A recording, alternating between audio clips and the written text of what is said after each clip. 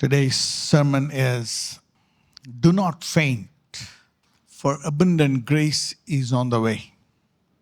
Faint అంటే సొమ్మసిల్లిపోవడం, అలసిపోవడం.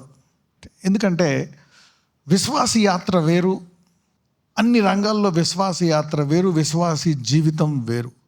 మళ్ళీ ఒక్కొక్క విశ్వాసి ఈ విశ్వాసుల జాబితాలో ఒక్కొక్క విశ్వాసీ జీవితాన్ని వేరువేరుగా దేవుడు మరి చూస్తూ నడిపిస్తూ ఉంటాడనమాట.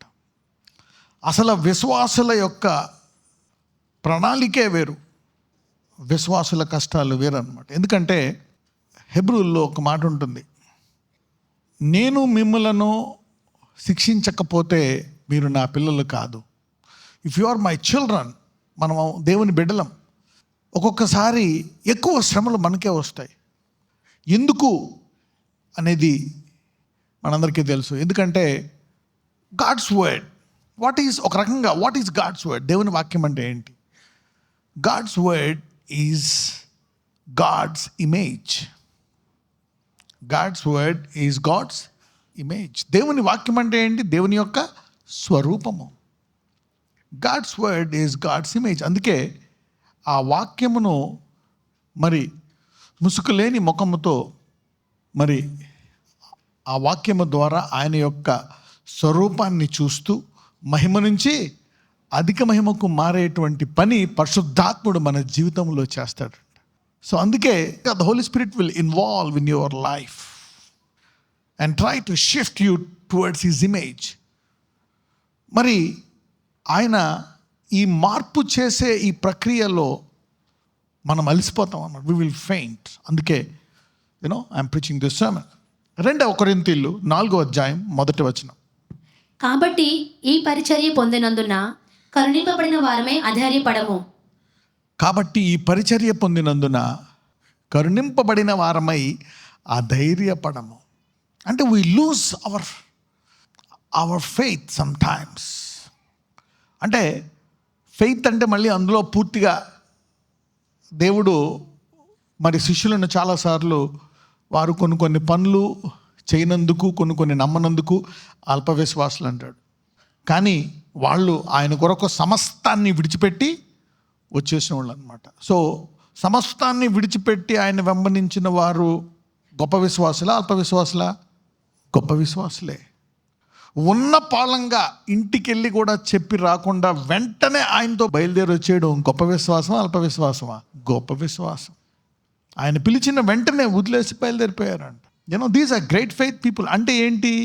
వారు రకరకాల అధికారాల్లో, రకరకాల ప్రాంతాలలో ఆయన మీకు విశ్వాసం ఇంకా ఎక్కువ కావాలి అంటున్నాడు. నేను ఏ పనులు చేయగలను, నేను ఎలా చేయగలను, ఏమేంటి, ఈ అన్నిటిలో మీ విశ్వాసము మీరు పెంచుకోవాలంటాడు. అంటే తుఫాను వచ్చినా, ఒక అద్భుత కార్యము జరగకపోయినా, ఒక దయ్యాన్ని వెళ్ళగొట్టలేకపోయినా, ఆయన అక్కడ వారిని ఆ ప్రాంతంలో మీ విశ్వాసము పెరగాలని అన్ని రంగాల్లో వారి విశ్వాసాన్ని పెంచాడు. ఎందుకంటే వీళ్ళు చాలా ముఖ్యమైన పునాదులు.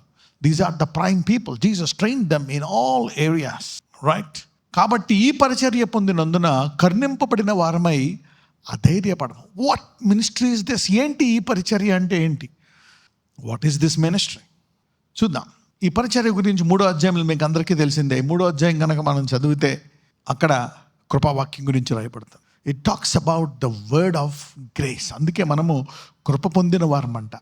అందుకే అధైర్యపడకూడదంట. We have received grace by his blood and by his cross.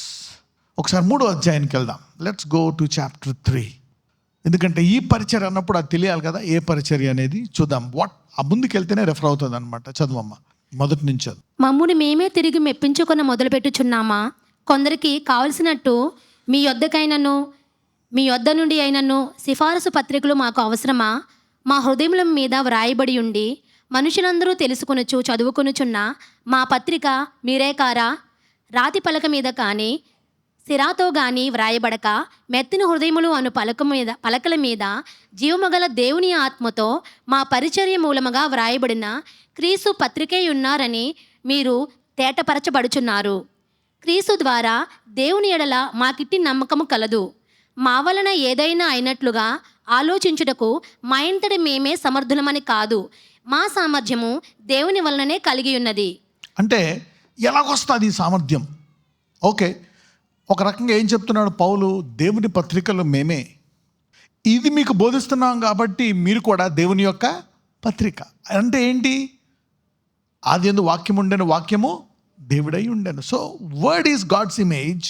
And మనకి ఆ వాక్యం వచ్చినప్పుడు మనము కూడా ఆయన స్వరూపంలోకి మార్చబడాలండి. We are also God's image, destined to God's image. అందుకే ఎక్కడైనా తేడా వస్తున్నప్పుడు మరి మనము శిక్షకు పాత్రలు అవుతాం అనమాట. Right, let's carry on. ఆయనే మమ్మును క్రొత్త నిబంధనకు అనగా అక్షరమునకు కాదు గాని ఆత్మకే పరిచారకులమవుటకు మాకు సామర్థ్యము కలిగించి ఉన్నాడు. ఇక్కడ మాట్లాడుతున్నాడు ఏ పరిచర్య గురించి అని. ఆయనే మమ్మను కొత్త నిబంధన కనగా అక్షరమునకు కాదు కానీ ఆత్మకే పరిచారమగుటకు మాకు సామర్థ్యము కలిగించి ఉన్నాడు. చదవమ్మా. అక్షరము చంపును గాని ఆత్మ జీవింపచేయును. ఇది చాలాసార్లు మీకు చెప్పాను. అక్షరం ఏం చేస్తుందంట? డిమాండ్ చేస్తుంది. ఓకే, ఇది నా స్టాండర్డ్, ఇవి నా 10 ఆజ్ఞలు, నీ వీటిల్ని పాటించాలా అని చెప్తుంది. అందులో 9 పాటించి 1 పాటించకపోయినా మనం ఏమవుతాం? శిక్షకు పాత్రులమైపోతాం. పాపం వల్ల వచ్చే జీతము మరణము. మరి ఆయన ఆదాముని అవని చేసినప్పుడు ఆయన దూతల కంటే ఎక్కువ అనిగా చేశాడా, లేకపోతే దూతల కంటే తక్కువ అనిగా చేశాడా? తక్కువ అనిగా. అంటే శరీరంలో ఉన్న వాళ్ళు బలహీనులా బలవంతులా? బలహీనులు. సో మనము ఆయన స్వరూపంలో ఉండాలి అనే ఒక స్టాండర్డ్ వచ్చేస్తే, ఒక స్టాండర్డ్గా ఇలా ఉండాలంటే అవుతుంది. అందుకని ఆ పరిచర్య కాకుండా దేవుడు సిలువలో మరణించి రక్తమిచ్చి ముందుగానే నేను నీతిమంతుడిగా చేసి కృప ఇచ్చి అంచెలంచెలుగా ఆయన స్వరూపంలోకి ప్రేమ ద్వారా తల్లిలా మారుస్తున్నాడు. ఇది పరిచర్య, కొత్త నిబంధన పరిచర్య. ఈ పరిచర్య గురించి మాట్లాడుతున్నాడు అనమాట. ఓకే, అందుకే అక్షరము చంపును, ఆత్మ జీవింపచేయును. ఈ ఆత్మ ఏంటి? హృదయంతరంలో ప్రార్థిస్తున్నప్పుడు, వాక్యం వింటున్నప్పుడు హృదయములో అంచెలంచెలుగా మార్పు తీసుకొస్తూ నీ రూపాన్ని మారుస్తుందంట. ఓకే, ఈ పరిచర్య గురించి మాట్లాడతాం. అంటే ఇలాంటి పరిచర్య మనకు వచ్చింది కాబట్టి మనము ధైర్యము విడిచిపెట్టకుండా ముందుకెళ్ళిపోవాలని చెప్తున్నాడు. చదవండి. మరణ కారణమగు పరిచర్య రాళ్ల మీద చెక్కబడిన అక్షరములకు సంబంధించినదైనను మహిమతో కూడినదాయను. అందుకే మోషే ముఖం మీద ప్రకాశించుచుండిన ఆ మహిమ తగ్గిపోనదైనను ఇశ్రాయేలీయులు అతని ముఖము తేరి చూడలేకపోయారు. Last 3-4 versus. నేటి వరకు మోషే గ్రంథము వారు చదువునప్పుడెల్లా ముసుగు వారి హృదయముల మీద ఉన్నది గాని వారి హృదయము ప్రభువు వైపునకు ఎప్పుడు తిరుగునో అప్పుడు ముసుగు తీసివేయబడును. ప్రభువే ఆత్మ, ప్రభు యొక్క ఆత్మ ఎక్కడ నుండునో అక్కడ స్వాతంత్ర్యము నుండును. మనమందరమును ముసుగులేని ముఖముతో ప్రభు యొక్క మహిమను అద్దము వల్లే ప్రతిఫలింపజేయుచు మహిమ నుండి అధిక మహిమ పొందుచు ప్రభువగు ఆత్మ చేత ఆ పోలికగానే మార్చబడుచున్నాము. అదనమాట. సో ఈ కృపావాక్యం అనే పరిచర్య ఏం చేస్తుంది? తొదకు నిన్ను ఈ ఆత్మ అలా చేయడమే కాదు, నీ లోపలికి వెళ్ళి నిన్ను ఆయన స్వరూపానికి ఆల్రెడీ నువ్వు ఆయన స్వరూపంలోకి మార్చాలి అని నిన్ను కేంద్రీకరించి ముద్ర వేసి అంచెలంచెలుగా నిన్ను ఆ స్వరూపంలోకి అంతరంగములోంచి మారుస్తుంది అనమాట. అక్షరమైన పరిచర్య కాదు, ఇది ఆత్మ సంబంధమైన అంతరంగంలో ఉన్నటువంటి పరిచర్య. దానికి నువ్వు కూడా పని చేయాలి. మరి పౌలు అంటాడు, నాకు అధిక కృప ఇచ్చినందుకు నేను అధికముగా పని చేశాడు అంటున్నాడు. అందుకే శిష్యుల కంటే గొప్పగా మరి పౌలు కృపావాక్యముతో పరిగెత్తి చక్కగా పని చేయగలుగుతాడు అనమాట ఈ భక్తుడు. సో ఇక్కడ ఏ పరిచర్య? ఈ యొక్క కృపావాక్యంని నేను చేస్తుంది? ప్రభువు యొక్క మహిమను అద్దము వలె, అంటే ఆయన ఎలాగున్నాడో నిన్ను అలాగే తయారు చేస్తుందంట. ప్రేమతో, క్షమాపణతో. ఈ పరిచర్య మనకి ఇవ్వబడ్డది కాబట్టి నీవు అలసిపోక, ఫెయింట్ అవ్వక, ధైర్యము విడవక. నజరేయుడైన యేసయ్య, ఇదిగో ప్రవ్వా, అనేక సార్లు మేము సొమ్మసిల్లిపోయాము నాయన, మేము ఆర్థికంగా మేము ఇంక ఎదగవేమో, ఈ బలహీనత నుంచి నేను బయటికి రానేమో, ఈ పాపములోంచి బయటికి రానేమో, ఈ కాడి విరిగిపోదేమో, ఈ శాపం పోదేమో, ఇది జరగదేమో అనుకొని చాలాసార్లు అనేక మంది అనుమానంతో వచ్చారు నాయన. ఈరోజు కొంతమంది ప్రార్థన ఆపేశారు, కొంతమంది బైబిల్ ధ్యానాన్ని ఆపేశారు, కొంతమంది వారి నీతిని పట్టుకోవడం ఆపేశారు, కొంతమంది వారి నిరీక్షణను కోల్పోయారు, కొంతమంది సొమ్మసిల్లిపోయి పడిపోయారు, ఇక జరగదేమో చూస్తాడేమో అని.